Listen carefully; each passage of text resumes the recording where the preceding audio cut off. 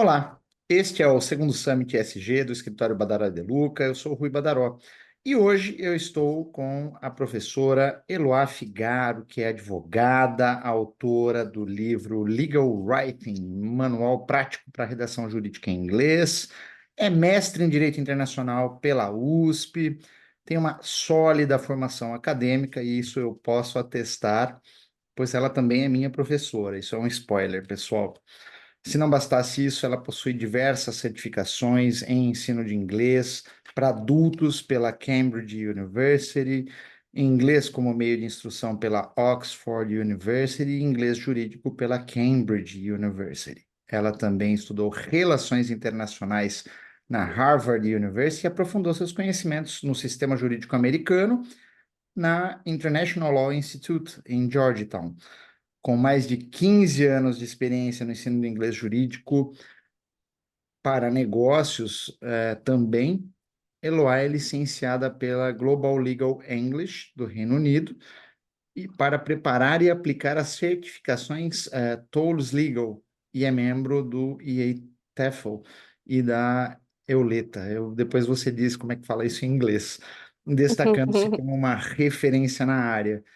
Hoje, pessoal, a Eloá vai conversar conosco sobre o inglês jurídico e comunicação intercultural, o pré-requisito para uma carreira relevante.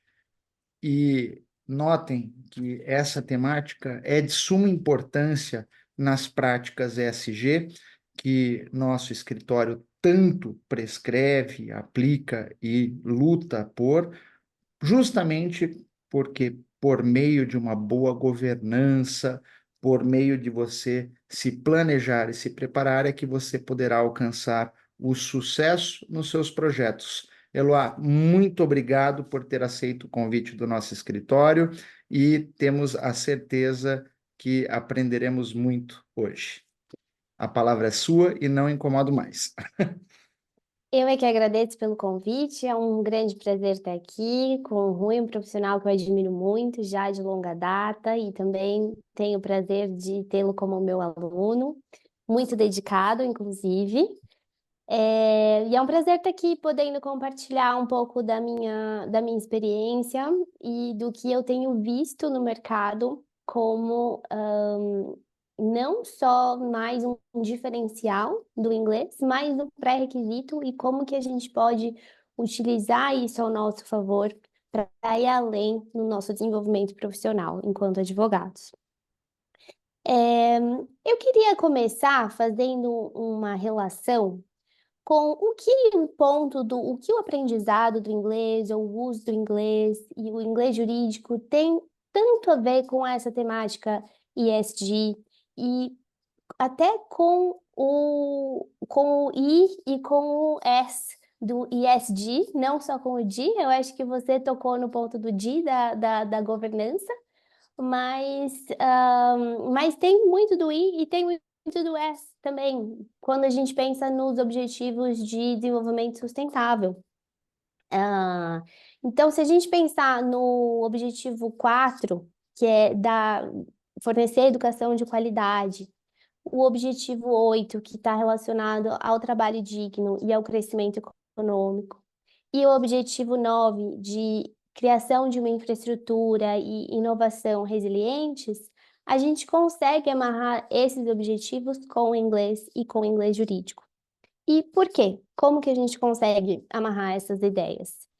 Não falando só do inglês, mas colocando ele dentro de um guarda-chuva maior, o guarda-chuva da comunicação. A educação de qualidade tem que pensar na formação de um profissional completo.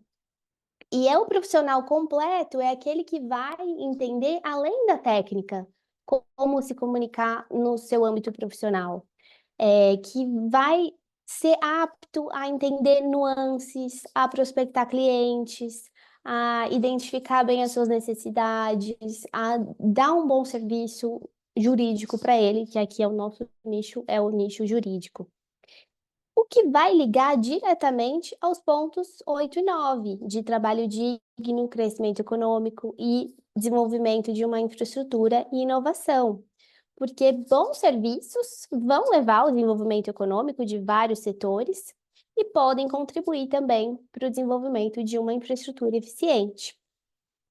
E onde que o inglês vai entrar, então, nesses serviços? Então, quando a gente fala aqui de boa comunicação, a gente pode pensar em um primeiro momento de falar o inglês correto, de ter uma boa pronúncia, de ter uma boa gramática, de conhecer o vocabulário.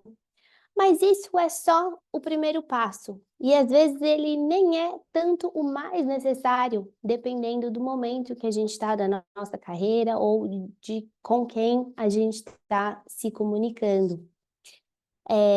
Então, quer dizer que não é importante a gente ter um inglês bem pronunciado, um inglês correto? Não é isso, mas é que é muito mais do que isso. A gente precisa pensar muito mais amplamente do que só terminar lá o nosso curso de inglês, terminar o curso avançado e achar que isso basta. Então, como que a gente vai além, né? Qual é esse passo além que eu acho que os profissionais têm que dar? Desenvolver as habilidades de comunicação intercultural, e eu vou falar um pouco mais delas aqui para gente. Esse seria o primeiro ponto.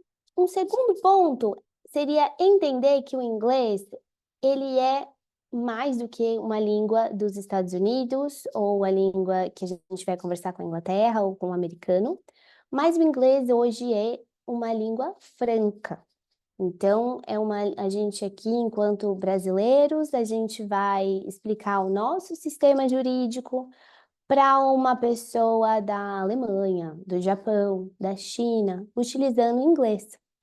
E às vezes, esse nosso interlocutor, que não é necessariamente um americano, um britânico, ele também não tem um inglês lá muito desenvolvido. Às vezes ele tem as próprias dificuldades dele, tem um sotaque diferente, aprendeu de uma outra forma. Então, você querer reproduzir as regras que você aprendeu na escola, do inglês americano, do inglês britânico, às vezes não vai funcionar com essa pessoa. Então, a gente precisa achar ali um ínterim, uma nuance, um ponto certo de comunicação com o nosso interlocutor. E nem sempre, às vezes, o inglês mais avançado, o mais rebuscado, ou às vezes nem o correto é o que aquela pessoa vai entender. Existem inúmeros casos e exemplos, às vezes, inclusive na área náutica, marítima, em que existe um professor chamado Evan Frandl que ele mapeou conversas e às vezes a conversa que estava no inglês correto, as pessoas não entendiam. E aí, quando se simplificava a linguagem, quando ia para a linguagem mais até informal, mais às vezes infantilizada, era quando a comunicação acontecia. Então, esse é um bom exemplo do inglês como língua franca. A gente precisa adaptar ali a diferentes contextos sob uma ótica internacional. Isso vai também impactar na nossa adoção de uma linguagem clara, de uma linguagem objetiva, com sim uma riqueza de vocabulário, porque o vocabulário ele permite que a gente seja mais específico, que a gente consiga transparecer as nossas ideias. Mas, por outro lado, sem excesso de formalidade. Então, a gente se comunicar de forma avançada, às vezes é muito confundido com se comunicar de uma forma rebuscada ou excessivamente formal, muito antiquada. Então, os mesmos problemas que a gente tem em português quando a gente trata do juridiquês, a gente tem em inglês também. E não só enquanto estudantes da língua ou pessoas que utilizam a língua, mas os nativos também têm esse mesmo problema. Essas são discussões que se tem em faculdades onde o inglês é a língua nativa. Então, de sair do que se chama de legalese e passar para a adoção do que se chama de plain language, num movimento que tem até um nome, que é o Plain Language Movement. Então, isso é muito importante para a gente ter uma comunicação eficiente e eu acho que é nesses 3 pontos, então, comunicação intercultural, entendimento do inglês como língua franca e um uso eficiente do inglês jurídico, que a gente vai ser um bom operador de direito apto a trabalhar com clientes internacionais, tanto e evoluir tanto de um ponto de vista de governança, como também do ponto de vista de atingir os objetivos de desenvolvimento sustentável, sob um prisma da educação e do desenvolvimento econômico. Então, eu Eloá, queria tocar deixa eu aqui um fazer pouco uma. em cada um desses 3 pontos. Ah, mas eu vou Vamos fazer lá. uma parte. Eu não consigo, Claro. eu não me aguento. Tudo que você falou é de suma importância para que o profissional do direito ou em qualquer outra área consiga realmente atingir a plenitude. Notadamente porque hoje nós vivemos num mundo que está completamente interconectado. Independentemente de onde você esteja, seja no Brasil, nos Estados Unidos, na Áustria, em Portugal, na África, na Ásia, é necessariamente você ter um idioma que seja eleito como comum, o denominador comum, Uhum, para que você possa dialogar. E você tocou em alguns pontos que me parecem bastante relevantes.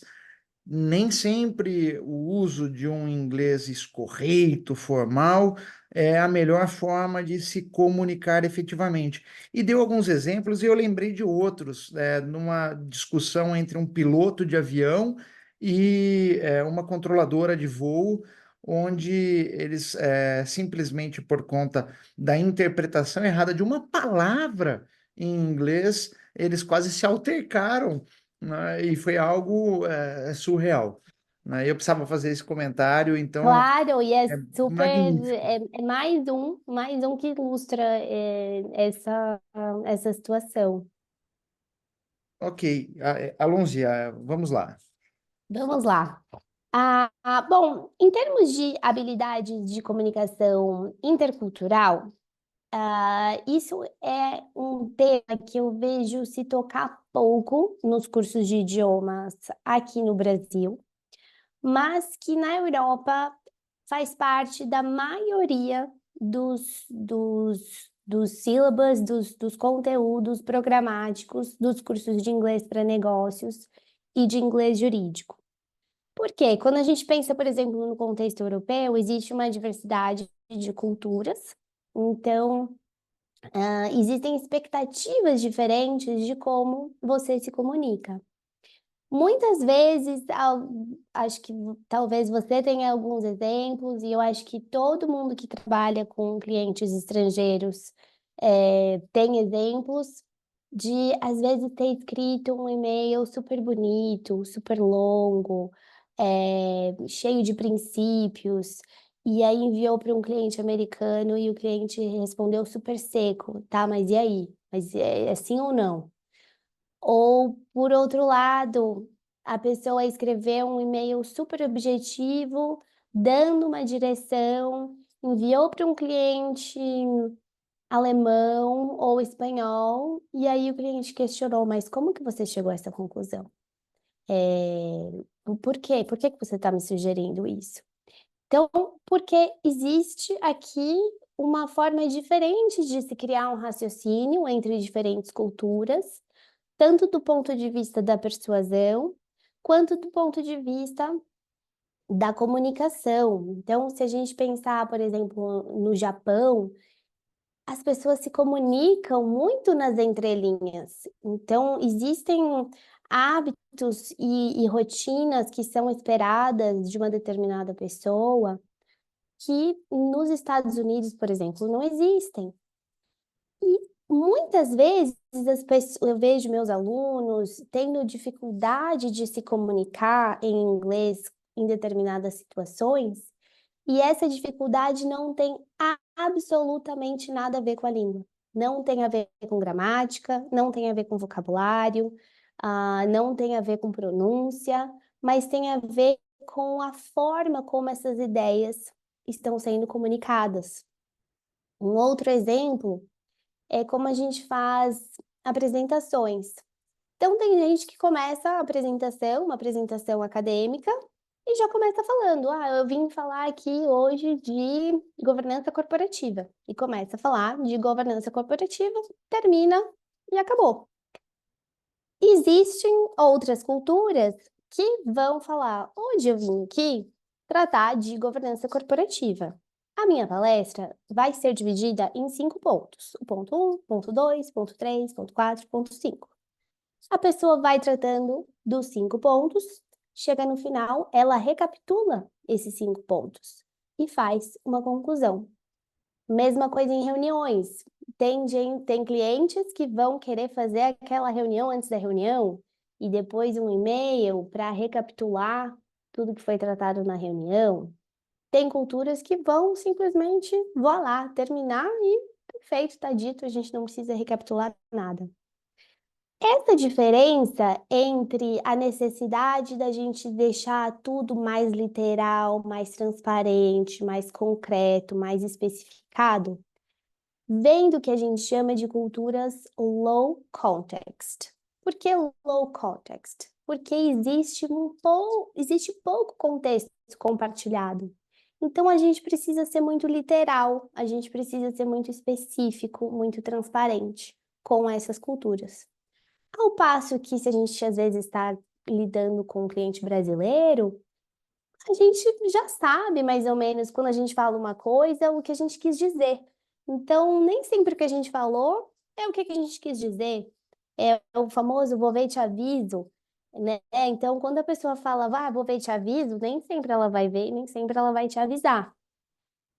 E isso é o que a gente chama de culturas high context. Por quê? Porque já existe um contexto compartilhado e a gente já sabe mais ou menos o que esperar dessas culturas. E isso influencia, sim, em como a gente vai se comunicar em inglês, como que a gente vai especificar o nosso tipo de informação com o cliente, se a gente vai ser mais ali específico, certinho, deixar as informações todas literais, listadas em bullet points, ou se a gente vai já partir do pressuposto que a pessoa entendeu. Então, eu tenho um exemplo aqui de um mapa que foi desenvolvido por uma pesquisadora chamada Erin Meyer, que coloca que ela cria uma escala de comunicação nas culturas que ela denomina de low context. Então, Estados Unidos, Austrália, Canadá, Reino Unido. Então, vejam que são culturas do inglês, assim, que tem o inglês como língua nativa. E o inglês, por natureza, já é uma língua low context. E as culturas high context, que são as culturas aqui europeias, asiáticas, onde a gente tem já um contexto compartilhado maior, as pessoas conseguem ler mais nas entrelinhas. Então, esse é um fato que a gente tem que levar em consideração na hora de se comunicar. Esse é o primeiro deles. Então, vejam que isso vai muito além de gramática, de vocabulário. Então, primeiro ponto que a gente tem que ter em mente aqui. Até aqui, tudo bem? Algum comentário, alguma dúvida? Não, tá magnífico. E vou fazer comentário, sim. A questão da interculturalidade, a compreensão da cultura do outro quando você se comunica é algo essencial, essencial para que você tenha sucesso naquilo que você pretende dizer e aquilo que a pessoa vai receber como informação, como conteúdo e compreenda e que se conectem esses dois polos. E realmente a questão do low contest e high contest é de suma importância você compreender essa linha que você mostrou na imagem, Eloá, porque é por meio dela que você vai efetivamente definir a sua estratégia de comunicação. Eu recordo-me nesses poucos anos aí de vida acadêmica, viajando e proferindo palestras em outros países, que dependendo do país, eu procurava ser extremamente formal, né, no gestual, né, na questão do high contest. Eu Uhum, tinha que ser muito cuidadoso com as palavras, mas não eram só com as palavras. Era a forma como eu olhava, a forma como eu cumprimentava, a forma como eu me vestia, o tom e o timbre da voz definia se eu estava a ser agressivo ou amistoso. E de outro lado, em outros ambientes, onde simplesmente alguém vinha para mim e dizia: olha, eu sei que você é brasileiro, mas eu quero que você siga o script à risca. Portanto, você tem 30 minutos, o seu paper tem tantos minutos, então o senhor leia o paper e não vá além das sandálias dele. uhum. E eu parava com 20 e poucos anos e falava assim, como? Eu queria contar como foi minha vida, como eu cheguei até esse momento, que era muito importante para mim. Não, o senhor tem que ler e ponto. Então, Uhum. era esse comentário que eu queria deixar nesse primeiro momento. Esse ponto da leitura é bastante comum. A gente vê, às vezes, a gente aqui, a gente tende a ver, às vezes, com maus olhos o palestrante a, que lê a palestra, né? E eu tive a oportunidade, o ano passado, é, pela IATEFL, de ter uma coach alemã me preparando para uma palestra. E eu perguntei isso para ela. Eu falei, no Brasil a gente não necessariamente a gente lê, né? A gente fala. E ela falou, mas se você não lê, como que você vai saber o que você tem que falar?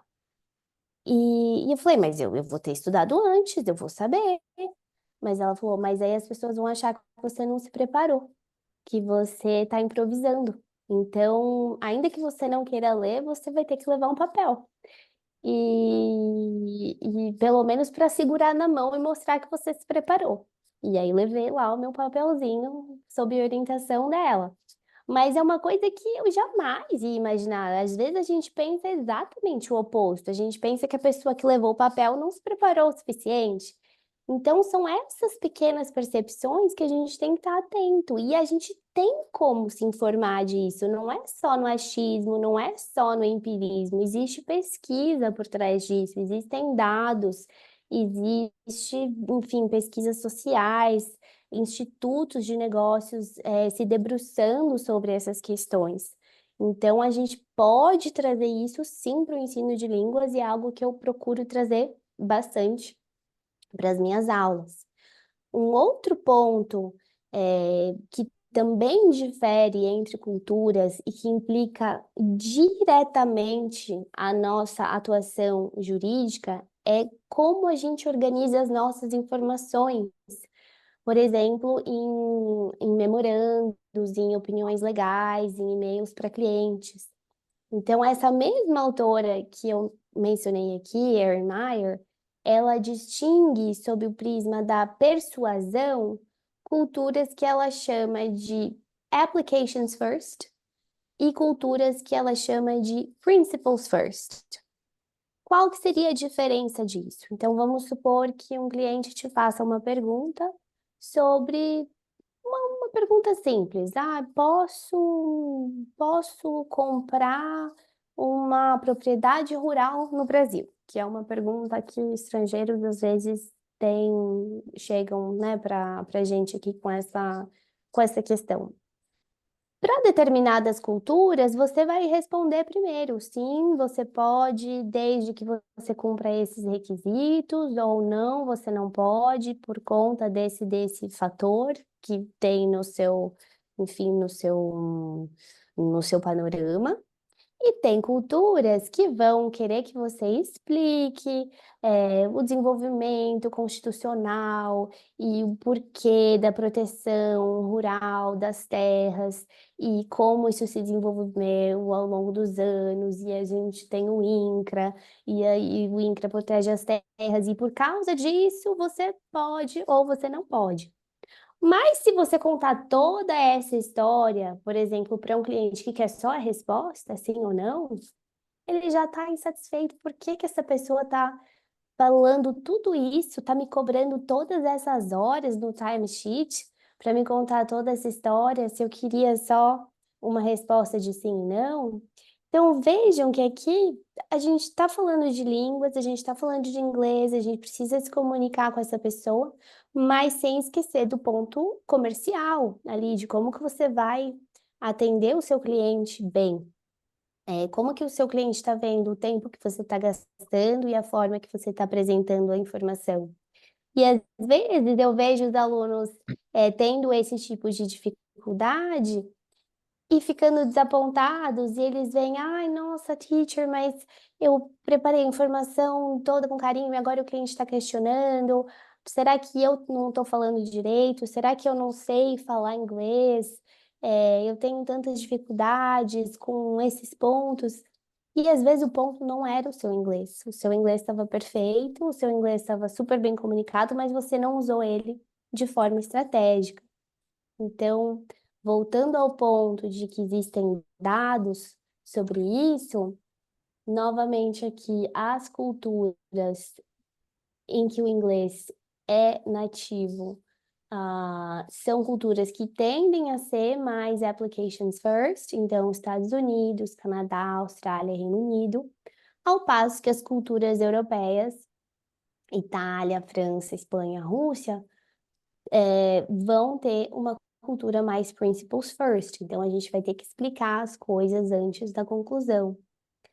Então, vejam que se a gente, agora voltando ao meu segundo ponto do inglês como língua franca, se a gente colocar tudo no mesmo balaio e achar que o que a gente aprende na escola, não, o inglês perfeito é o inglês nativo, e organizar a informação só tendo em vista Estados Unidos, Austrália, Canadá, a gente está aqui desprivilegiando todo o resto do planeta, com quem a gente também está se comunicando em inglês.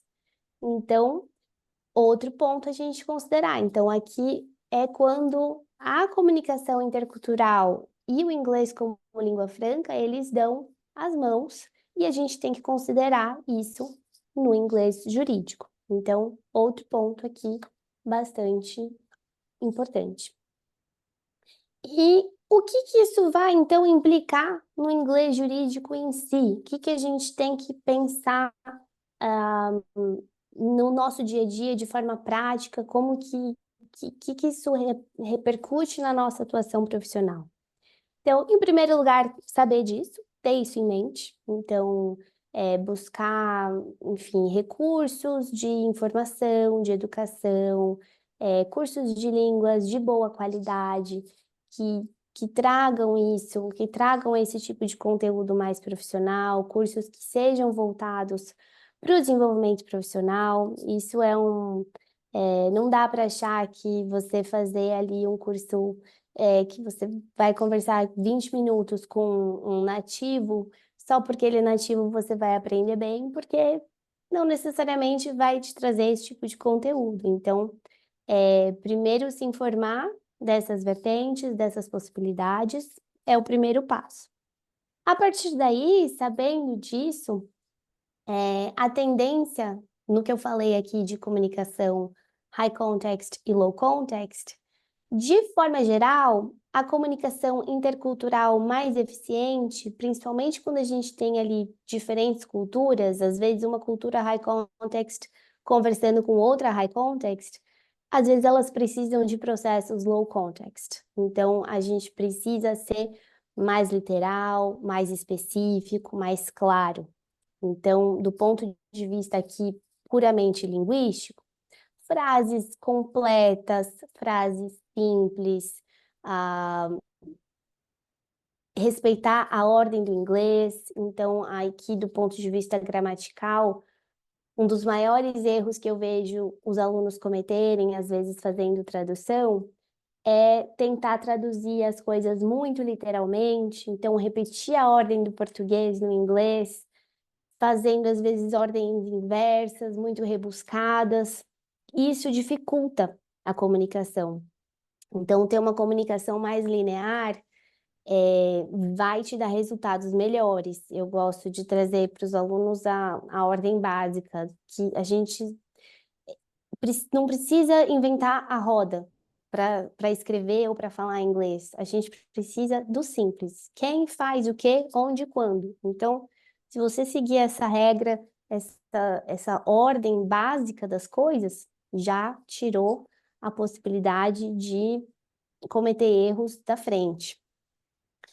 Fora isso, consultar bons dicionários com boa terminologia, então utilizar materiais de pesquisa aprofundados, utilizar a inteligência artificial de forma correta é possível, existem muitos recursos bons, sim, tanto para tradução como para pesquisa, buscar sinônimos, buscar entender o sistema jurídico desse seu cliente, como ele se relaciona com o nosso, aplicar um pouquinho ali de direito comparado, e explicar o nosso sistema jurídico usando a melhor escolha de palavras possível.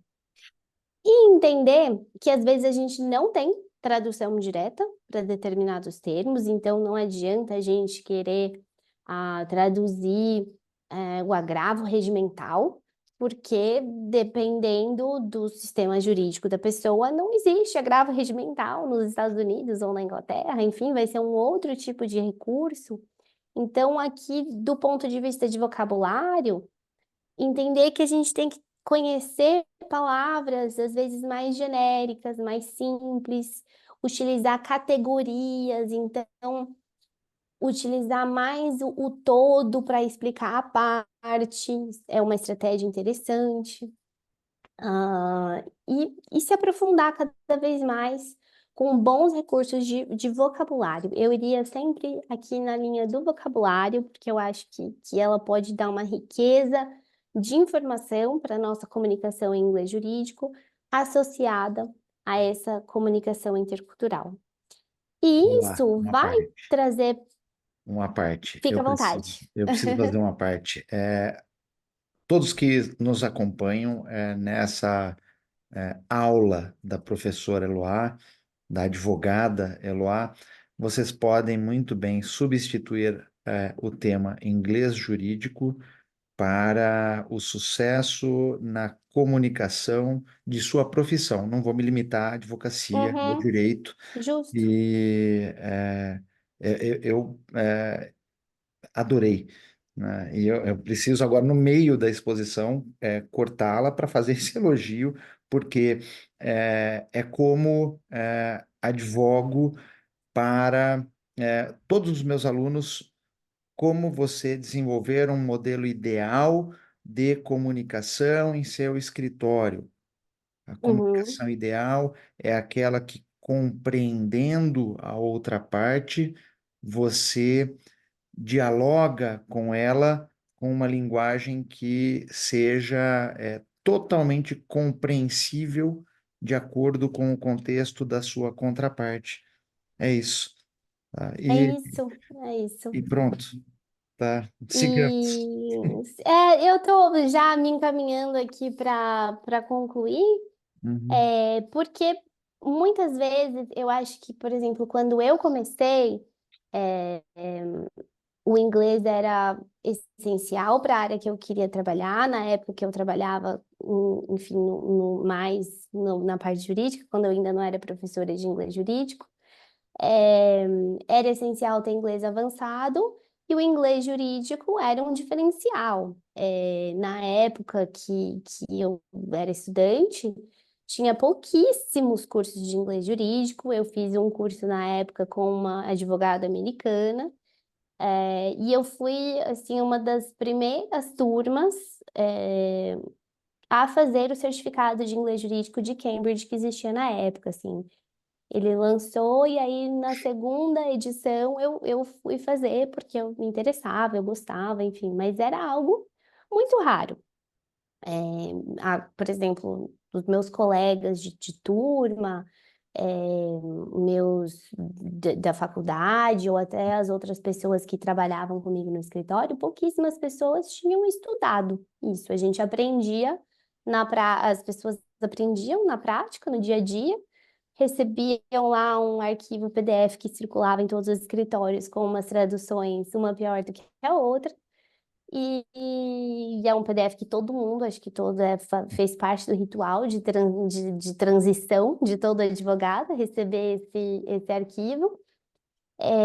E as coisas iam se desenvolvendo ali mais no empirismo. Hoje, 15 anos depois, eu vejo o quanto isso já mudou, até pelo perfil dos meus alunos. Eu vejo alunos vindo cada vez mais jovens procurar aulas de inglês jurídico, alunos que ainda estão na faculdade. E às vezes é até difícil, porque às vezes o aluno é tão novinho que nem conhece o direito. Então fica difícil a gente ensinar ali como falar de contratos se o aluno às vezes não tem nem experiência, nunca viu um grande contrato na frente, está no primeiro ano da faculdade, segundo ano da faculdade. Então, às vezes isso dificulta um pouco, o que não impede, claro. Tudo isso para dizer que o que no passado era um diferencial, hoje já é um pré-requisito, se a gente quiser expandir essa atuação profissional. Então, a gente vai ter que saber se comunicar com o cliente estrangeiro, se a gente quiser ter uma atuação mais ampla, uma atuação mais global. E isso vai muito além do básico, do inglês básico, tendo o jurídico como diferencial. Eu acho que hoje eu colocaria o inglês jurídico já como pré-requisito. E o que vai te levar além, o que vai ser o seu diferencial, é essa percepção intercultural, porque isso, por enquanto, a inteligência artificial não pode fazer por você. Você não vai colocar um texto no Google Tradutor e ele vai te ajudar a entender esse tipo de nuance do seu cliente. Então, a gente tem aqui que combinar bem essas hard skills jurídicas e linguísticas com as soft skills também linguísticas, jurídicas, comerciais, interculturais, acadêmicas, compreendendo o inglês como língua franca. Então, é aqui que tudo se amarra e, se tudo der certo, atingindo os Objetivos de Desenvolvimento Sustentável numa agenda ESG eficiente. Eloá, muitíssimo obrigado por sua exposição e, ao fim e ao cabo, com relação à inteligência artificial, eu quero uma inteligência artificial que lave louça, lave roupa, limpe a casa e que me permita tempo livre para que eu possa ler mais, estudar Uhum, mais, ficar mais com os meus filhos, com a família e tornar-me um ser humano melhor. Eu não quero uhum. uma inteligência artificial que tão somente otimize o meu trabalho e etc.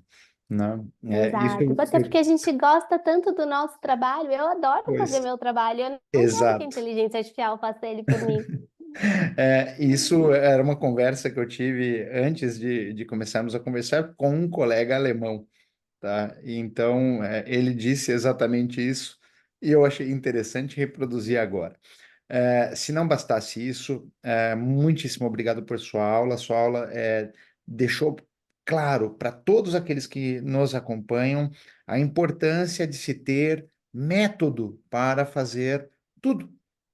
Você precisa compreender o ambiente em que você se encontra, o ambiente em que você se inscreve, seja para prestar serviço, seja para estudar, seja para manter um relacionamento pessoal ou profissional.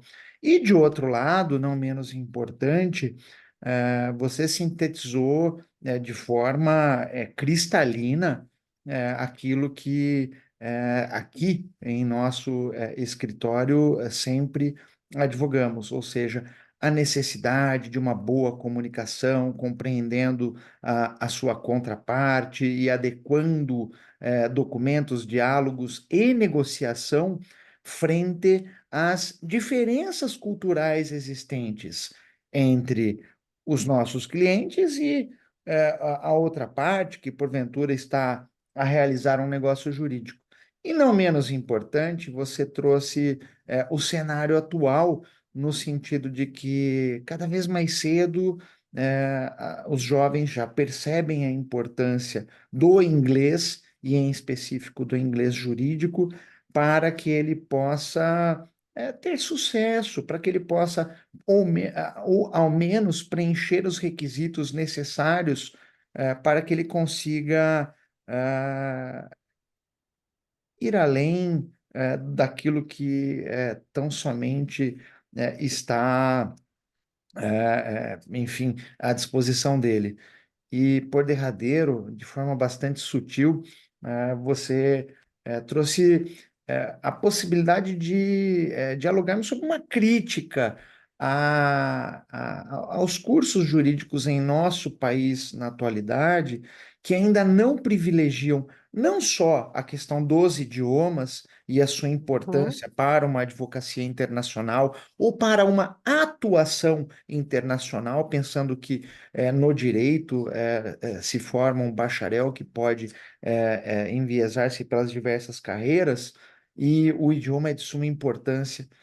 E na atualidade, por que não especificar o inglês jurídico é de suma importância. uhum, Se não bastasse isso, e eu gostei da forma como você colocou, o quão bom seria se ao longo do curso de Direito, em todas as faculdades existentes, os alunos tivessem aulas específicas de planejamento estratégico, de uhum, organização contábil, financeira, econômica, para estruturar a possibilidade de empreender no direito.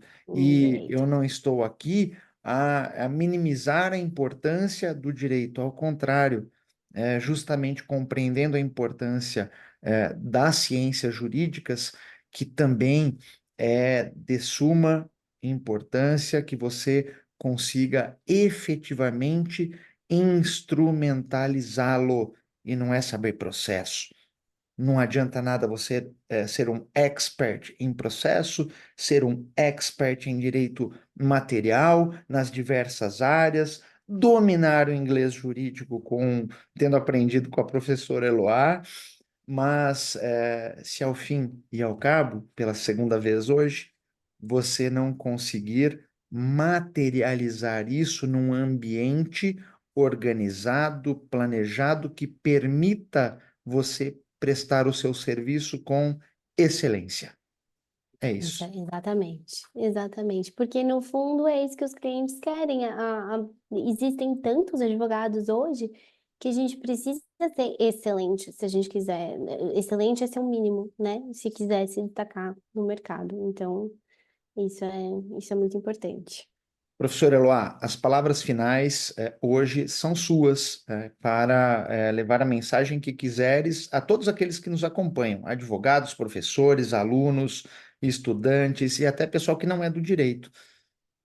À vontade. O Bom, encerramento é seu. eu encerraria convidando todos a se aprofundar mais nesses temas. Eu acho que ninguém vai se arrepender de estudar. Existe uma frase que eu gosto muito, que para mim resume toda a minha prática, que é aquele que estuda idiomas sem estudar a cultura, corre o risco de se tornar um tolo fluente.